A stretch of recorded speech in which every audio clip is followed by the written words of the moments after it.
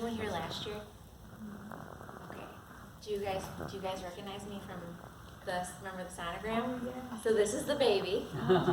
Yeah, so this is her.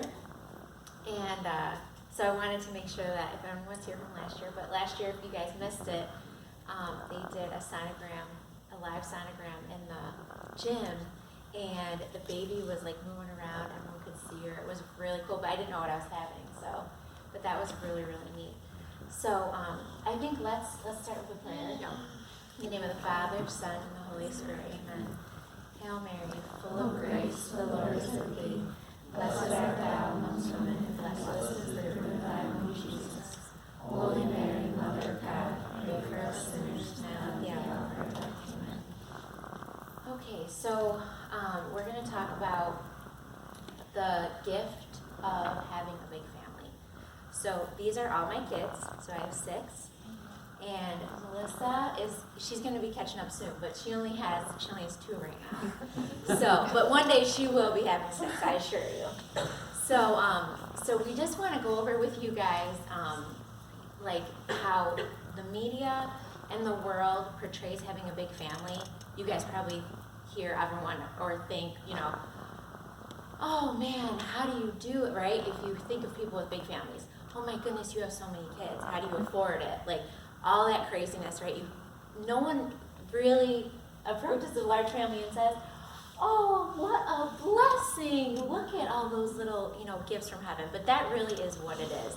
Every baby that you have, that God sends you, is a true blessing. So the first thing you have to think about is that your vocation, though? Is God calling you to be a mother or a father in a holy marriage? Or is he calling you to a different vocation, the priesthood, religious life, single life? So that's something you got to think about, because it might not be God's will for you to have a big family or a family at all. So it's always, but the key is always to do God's will. So that's what you always have to keep in mind, God's will. So, and the way that you can discern God's will is really through prayer. So taking time, every day to pray and ask him what he's calling you to do every day. Because obviously it's going to be a long time before you guys might enter into a vocation of marriage or religious life or the single life. But it's a process. And the Lord will slowly speak to your heart what he's calling you to through the desires that you already have in your heart. And the beautiful thing about family life is that it's a way of sainthood, right? We often think about saints that are maybe priests or religious, but we don't oftentimes think about the saints that had families. And there were a lot of saints that were mothers and fathers and had families. And this is really important because the priests and religious, obviously they're called to a holy life, but we're all called to a holy life. And what does holy mean? It means set apart, right? Chosen by God to follow his will, to discern the good and follow the virtues that will lead us to heaven. And the family life is just as holy as the religious life or the priesthood. And God uses both vocations to help change the world. And think of the gift of each of our children. Nikki's 6 children, my 2 children so far, her future children, how there's such a ripple effect in the whole world, right? So one child and how many people they affect in the whole world. It's the family changes the society.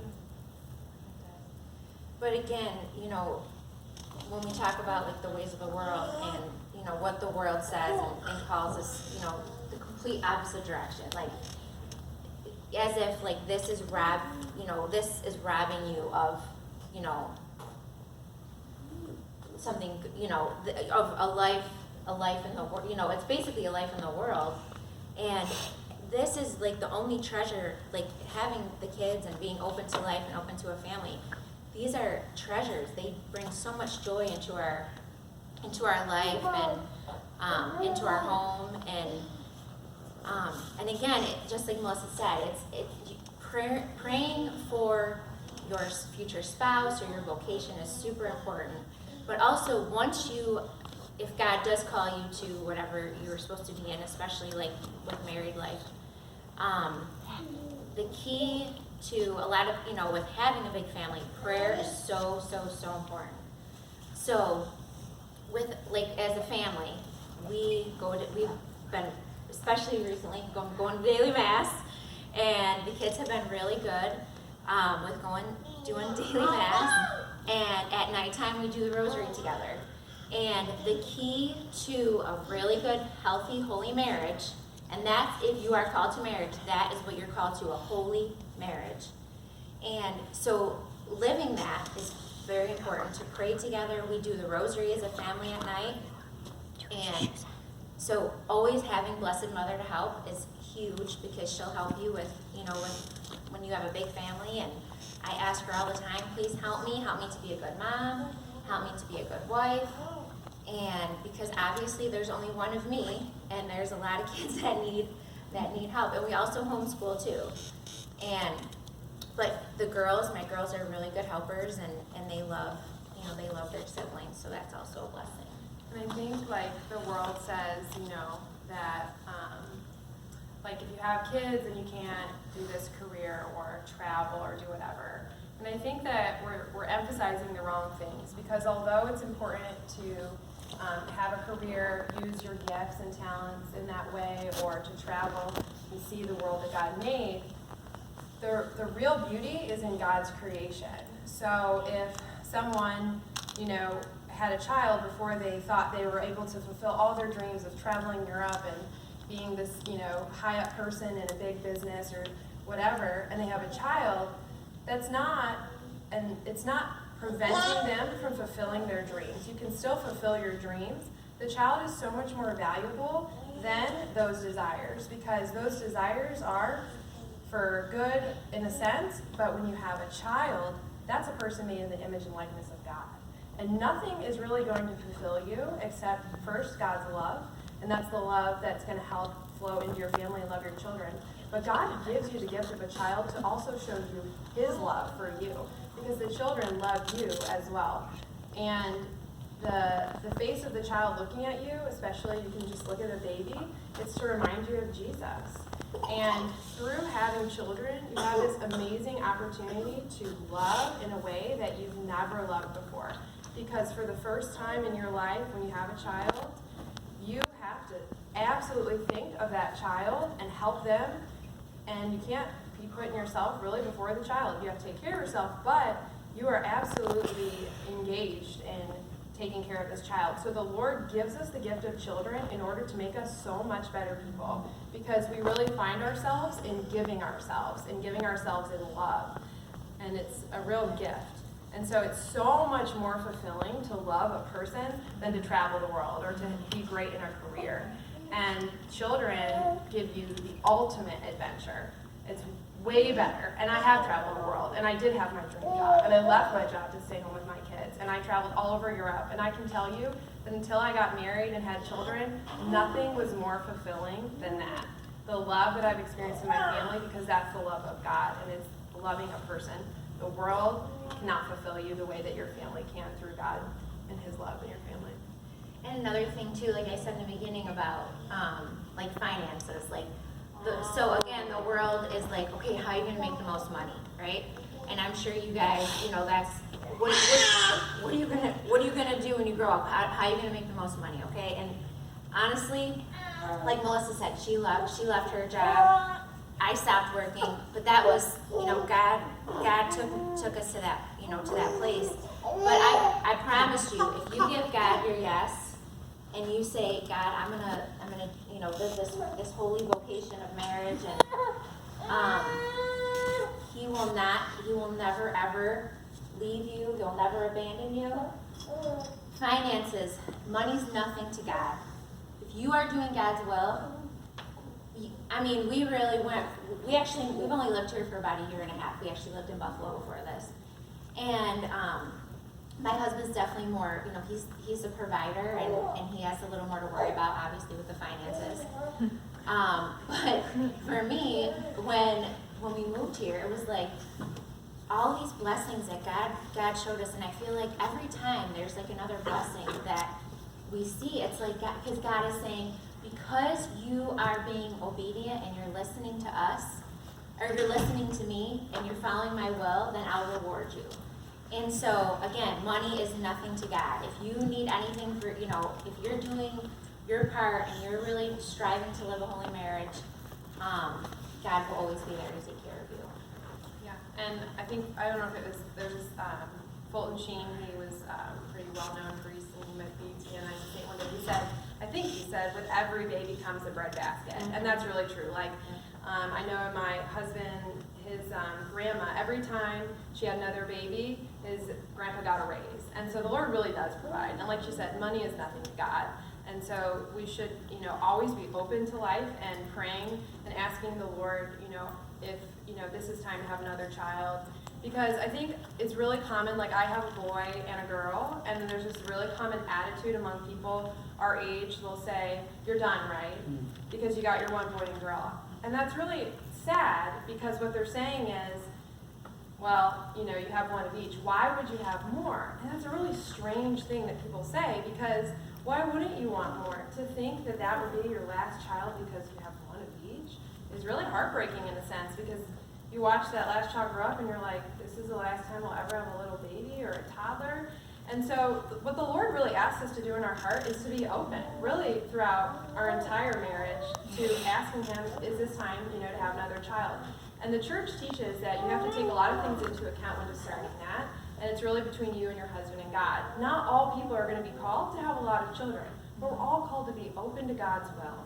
And also to remember that some people may only be able to have one child because of health issues, or may not be able to have children at all. And we're not called to judge others, but we are just called to be open. And God can bring children into our lives through adoption.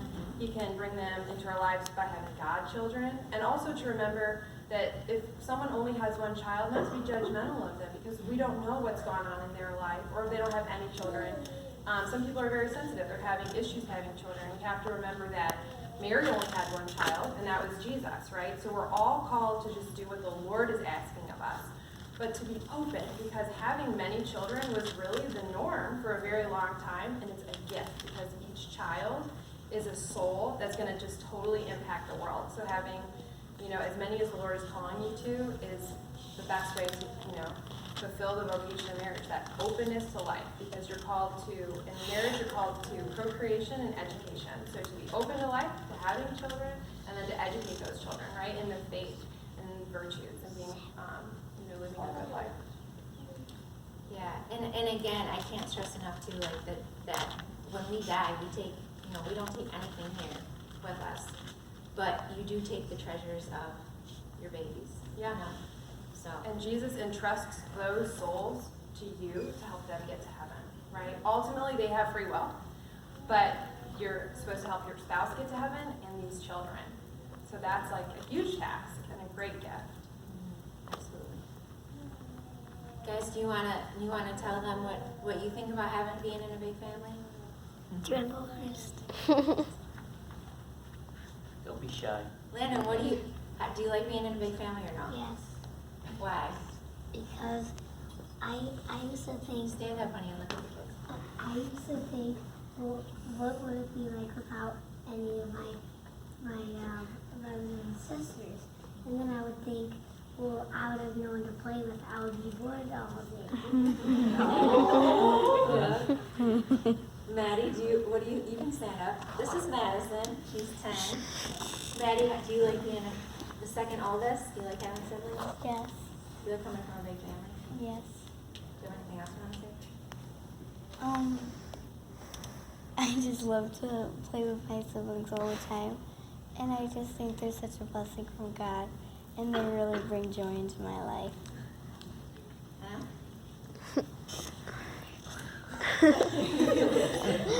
Emma's the oldest. She was my first baby. She made me a mommy when I was 21. And her birthday's tomorrow. She's going to be 12. Happy early birthday. How do you feel about being the oldest of 6? Well, it's very fun and it's exciting when Mom and we really want Mom to have more.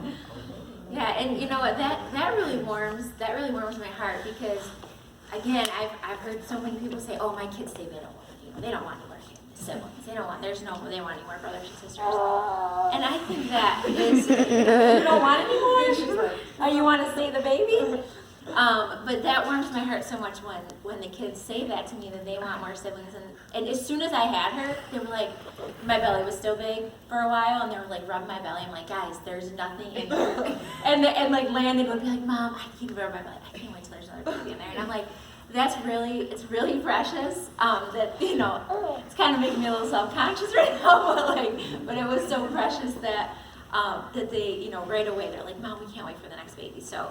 And again, that's your attitude as a mom and a dad. And do you love what? And one of my friends said this to me one time, and she said her mom would go to work, and at work she would be so nice. She would be nice to everyone she met, and the kids would see her, because I think she worked at a school like with the kids, and so they would see the mom be so sweet to everyone. But when the mom came home, she wasn't, and she was miserable, and she was like snappy and so the moral of the story was, she said, I don't want to do that, because I want my kids to know that I love them and I love our life, and I want them to see the best part of me.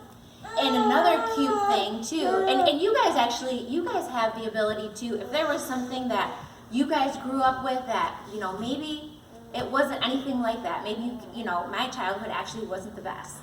And so, if you guys came from anything like that, you guys have the ability, through asking Blessed Mother and Jesus to help you, you guys can change your future.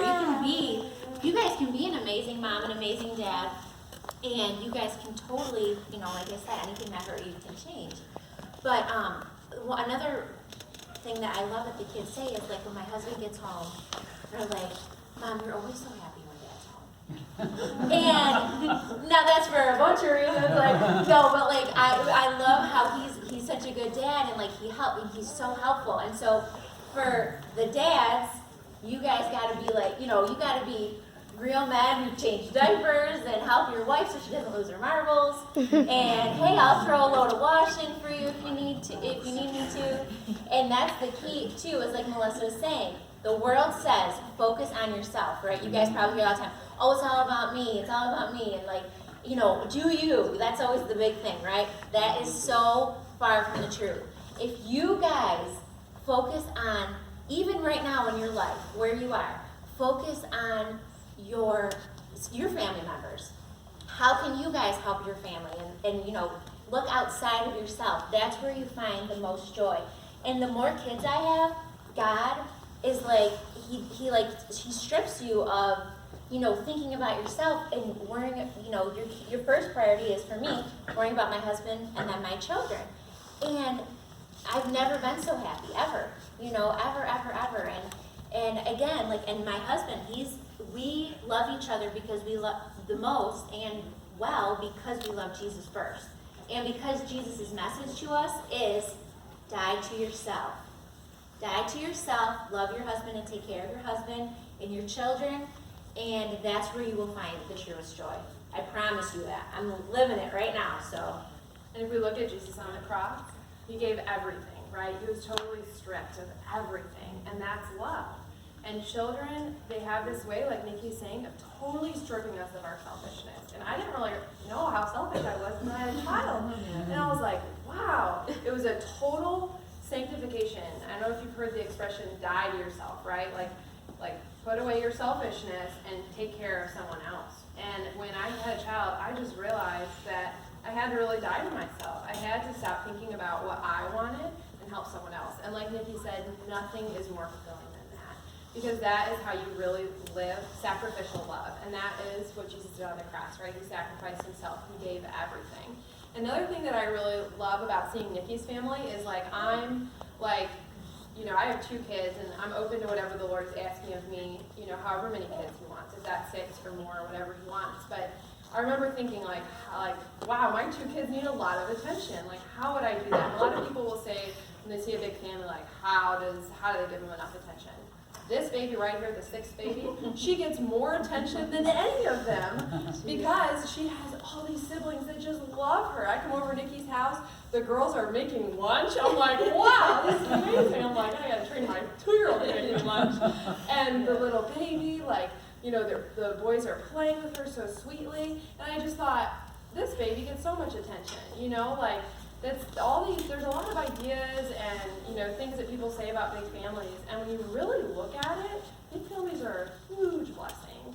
They are, you know, what the world says about them is really not true, and you actually, you know, find a big family, and it's not as common as it used to be, and so it's important when you do see a big family to smile, and like Nikki said, to show them support, you know, and like, wow, your kids are like beautiful, because you'd be surprised, some people actually treat it like, you know, like it's a bad thing, which is crazy, because look at these beautiful children, every single one of them has so many gifts. How could anybody, like, you know, say that's not a good thing? Yeah, we and again too, and like Melissa said, with the kids helping, you know, your job, you know, these, like Melissa said, God's entrusted these little souls to us, and so my job is to return them back to God and make them saints. And your home is going to be your domestic church. And so when you're home, like in the morning, we do, you know, we'll do our morning prayers, and you know, but again, we're very much, you know, in the world, a big family, and someone who's trying to, we're striving for sainthood. And as all you should be, that should be, when someone says, what do you want to be, what do you want to do, you guys, that needs to be your first thought. I should be a saint. And it's not impossible. You guys really, especially, we need more saints now than ever, but that's what I'm teaching my kids, you know, to die. Can you get her maybe? To die to themselves also.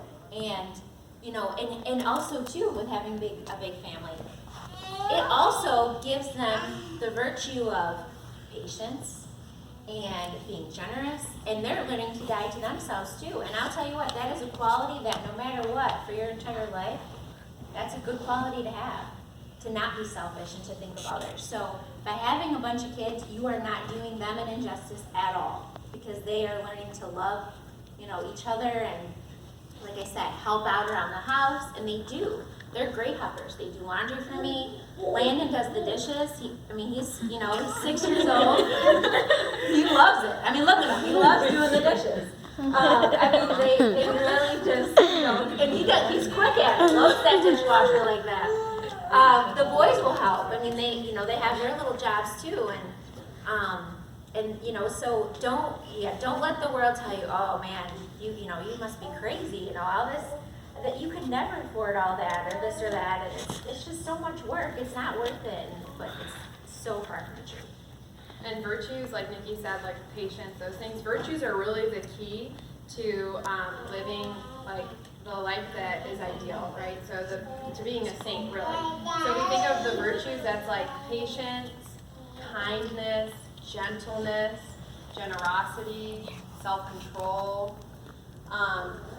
In being a mother and having, you know, siblings, you all are in families, you probably have a lot of difficult moments where you feel impatient, or you feel, you know, anger, maybe you want to lash out, yell. For every negative thing that you're feeling like you want to do or that you have done, think of the opposite virtue. So if you're having a hard time with kindness, maybe you're yelling at your parents, right? Then think about kindness, and instead of yelling, maybe be silent in that moment, because maybe you don't have anything kind to say. Or generosity. So maybe, you know, your sibling wants to borrow something from you, but it's really important to you. Well, you know, you could be selfish, or you could be generous and realize that your sibling's probably more important than the thing that they want to have from you, and let them borrow it or whatever. Sound familiar? And so try to think of the opposite virtue for every vice that you struggle with. And that's really been a key in our family. We actually made a list of all the virtues. And if someone's having a hard time, just look at the list and say, you need to show a little more self-control. You know, and try not to say it with an attitude. Yeah. A little more gentleness with your words. So, and that's really key, because when you lead a virtuous life, that's what brings peace and harmony into a family. Absolutely. Yeah, what do I tell you guys? Yeah, yes, That's everything. Yes, absolutely. How many of you guys are Catholic? Most of you? All of you maybe? Okay. So Jesus in the Eucharist is the key. It is. So going to Mass every Sunday, obviously, and praying and asking for him to help you. He is here with us now in a special way. Like, that he is present in no other way, like he is actually physically present in the Eucharist, and that will give you the strength to do all things for God. Do you guys go to adoration at all? Yeah, that's awesome. Adoration too is the key. Now another thing I want to tell you too, with marriage, God forbid you guys get married and run into problems, okay? When you have the sacraments to fall back on in a blessed, holy marriage, there's nothing you cannot overcome. And this is living proof. Me and my husband also we were on the verge of getting a divorce. And through the Divine Mercy Chaplet and a ton of miracles, God saved my marriage. And at that time, we only had the girls. Now, I don't know if you guys are familiar with the Divine Mercy Chaplet, but we prayed it and to restore my marriage and to get my family back. And Landon, so Jesus came to St. Faustina. He gave her the message of Divine Mercy. After we got back together, Landon, the third little guy, he was born on St. Faustina's birthday. So there's been a lot of miracles that we've encountered, and adoration was a big part of that. So another thing in the world that let's go away on a cruise and get married, okay? Let's go, we want to go, I don't know, we have all To a these park. things. Yeah, to a park, a golf course. At the beach. If I can give you guys any advice that I want you to remember, if it comes down to that time where it's time to get married, have a sacramental marriage in the church. And utilize the sacraments, confession. As lay people, we are supposed to, St. Francis of Sales, at least every 2 weeks, you guys should be going to confession. When's the last time you guys went to confession? Okay? Now let me tell you this. It's not because you're bad, okay? That's not why we go to confession. Confession is to give you grace to help you in whatever state God is calling you to. So for me, we go all the time. If you guys ever want to go to confession, you go over to the St. Philip's building where the retired priests are. There's priests there all the time. Boys, no. Come here. But really, I'm telling you guys, the sacraments, and then again, that's the key. Confession, the Eucharist, and making sure that you're in the state of grace. Yeah. Do you guys know what the state of grace is? Because a lot of people don't. This is not the state of grace. Stay here. Chase, go sit. No, seriously though. You guys, I mean, that's...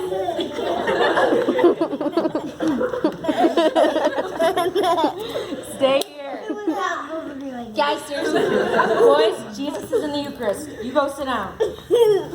Yeah, that's huge. I'll tell you a story. In the church. A lot of people don't realize that if you don't get married in the church, you're not having a sacramental marriage.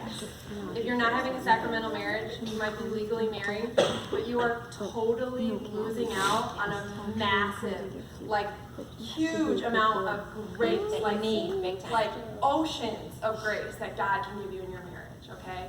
Through a sacrament. Because when you get married in the church, it's sacramental. It's not just a legal marriage, it's a spiritual marriage, okay? So when it comes down to getting married, make sure you're doing it in the church. Because you don't want to just be legally married. You really need the grace, because marriage is hard. It's hard, but it is so good if you use the sacraments of confession. And your marriage will last forever if you are willing to, fight for it like Nikki has, like many people do every day, to get the help you need to. And confession is huge, and Jesus in the Eucharist, and a sacramental marriage, everything. But, yeah. And even, guys, just in your regular life right now, I cannot speak enough for confession. Yeah. And making sure that you're not, and again, this is a lot of things that, we don't hear very often. And I didn't hear a lot of things about this ever until I was in crisis. But I'm telling you guys, the sacrament of confession, making sure you receive the Eucharist, that you are in the state of grace is so important, because if you are not in the state of grace, you receive the sacraments or it doesn't do anything. You have to be in the state of grace. You need to go to confession. It's so important. It will help you with your everyday life. God will pour the graces on you. And if there's anything that you think that in your head you're like, man, I can't go to confession, God will never forgive what I've done. It's not true. Yeah, that's not, a lie of the it is devil. not true. That's a lie from the devil that he wants to keep you tied in your sins and confess whatever you really don't want to confess, because the Lord will free you from that. I think we're almost done. We are done. So we'll do a little glory be. Yeah, absolutely. Glory be to the Father, and to the Son, and to the Holy Spirit, as it was in the beginning, is now, and ever shall be, world without end. Amen. All right, guys, enjoy the rest of your day. We'll be praying for you guys. Yeah, all right, so we are really quickly. First of all, I want to say thank you so much for listening. It was so good. Yeah. You're crying. But we're going to head to lunch next, so we're going to pray really quickly, and then we'll head to the pavilion. Alrighty, so everyone stand. In the name of the Father, the Son, and the Holy Spirit.